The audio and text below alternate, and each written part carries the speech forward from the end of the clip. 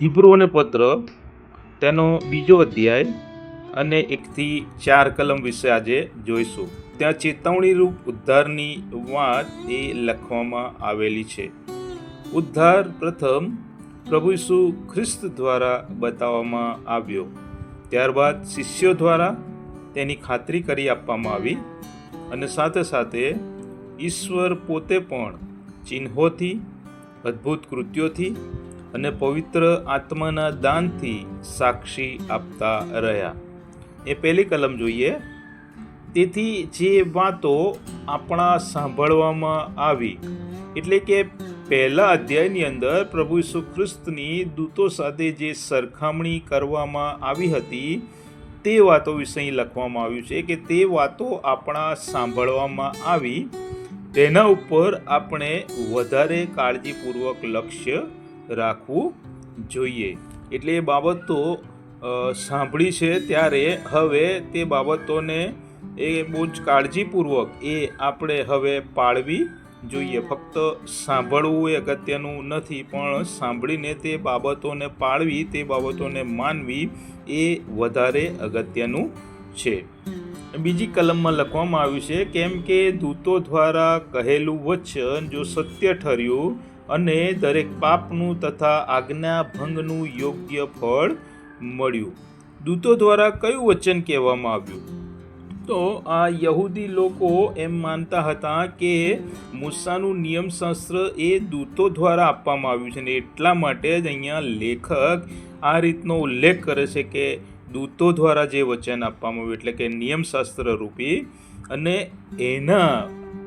એને જે આજ્ઞાભંગ છે નિયમશાસ્ત્રના વચન પ્રમાણે, એટલે કે દરેક પાપ અને આજ્ઞાભંગનું ફળ મળ્યું. દૂતો દ્વારા જે વચન આપવામાં આવ્યું છે તે દરેક પાપનું તથા આજ્ઞાભંગનું યોગ્ય ફળ મળ્યું. આ ફળ મળવું એટલે કે વચન ન પાળવાની જે સજા મળી છે તેને અહીંયા ફળ મળ્યું એમ લખવામાં આવ્યું છે. જૂના કરારની કેટલીક બાબતો આપણે પાપની સજાના ફળ સ્વરૂપે જોઈએ તો ગણનાનું પુસ્તક તેનો 15મો અધ્યાય અને 30-31 કલમ જો આપણે જોઈએ તો ત્યાં લખ્યું છે તે પ્રમાણે મદોન્મત્તપણાથી કંઈ કરે તે યહોવાની વિરુદ્ધ દુર્ભાષણ કરે છે, અને તે માણસ કે જેણે યહોવાનું વચન તુચ્છ કર્યું છે અને આજ્ઞા તોડી છે તે માણસ અલગ કરાય, અને તેનો અન્યાય એ તેને માથે, તે માણસને કે લોકોમાંથી દૂર કરી દેવામાં આવે છે. પુનર્નિયમ 4 અને 3 કહે છે, બાલ પેયોરના ઉપાસકોનો ઈશ્વરે વિનાશ કર્યો. પુનર્નિયમ 17:2 અને 5 અંદર જે લખવામાં આવ્યું છે તે પ્રમાણે ઈશ્વરના કરારનું ઉલ્લંઘન કરીને તેની દ્રષ્ટિમાં ભૂંડું કરનાર, અન્ય દેવી દેવતાઓની સેવા અને ભક્તિ કરનાર, સૂર્ય, ચંદ્ર કે તારાઓ કે જે વિશે ઈશ્વરે આજ્ઞા કરી નથી તેમની ભક્તિ કરી હોય તેવા લોકોને કે છે કે દરવાજા આગળ લાવી પથ્થરે મારી નંખાય. પુનર્નિયમ 17 અને 12 કહે છે કે અહંકાર કરનાર કે યાજક કે ન્યાયાધીશનું ન સાંભળનાર માણસ એ માર્યો જાય. પુનર્નિયમ 17 અને 26 પ્રમાણે કહે છે કે પ્રભુએ આપેલા નિયમો જે કોઈ અમલમાં ન મૂકે તે શાપિત થાય. અને હિબ્રુ 10 અને 28 મૂસાના નિયમશાસ્ત્રનું ઉલ્લંઘન કરનારને એ મોતની શિક્ષા થતી હતી. હવે અહીંયા આગળ ત્રીજી કલમની અંદર આપણે જોઈએ તો ત્યાં લખવામાં આવ્યું છે, તો આપણે એવા મહાન તારણ વિશે બેદરકાર રહીએ તો સી રીતે બચી શકીશું. દૂતો દ્વારા મળેલા નિયમશાસ્ત્રના વચનના ઉલ્લંઘનની જો આવી સજા હોય તો હવે તેઓના કરતાં જે શ્રેષ્ઠ છે એટલે કે પ્રભુ ઈસુ ખ્રિસ્ત, તેમના તારણ વિશે જો બેદરકાર રહીશું તો કેવી રીતે બચીશું, અને તે સજા કેવી હશે?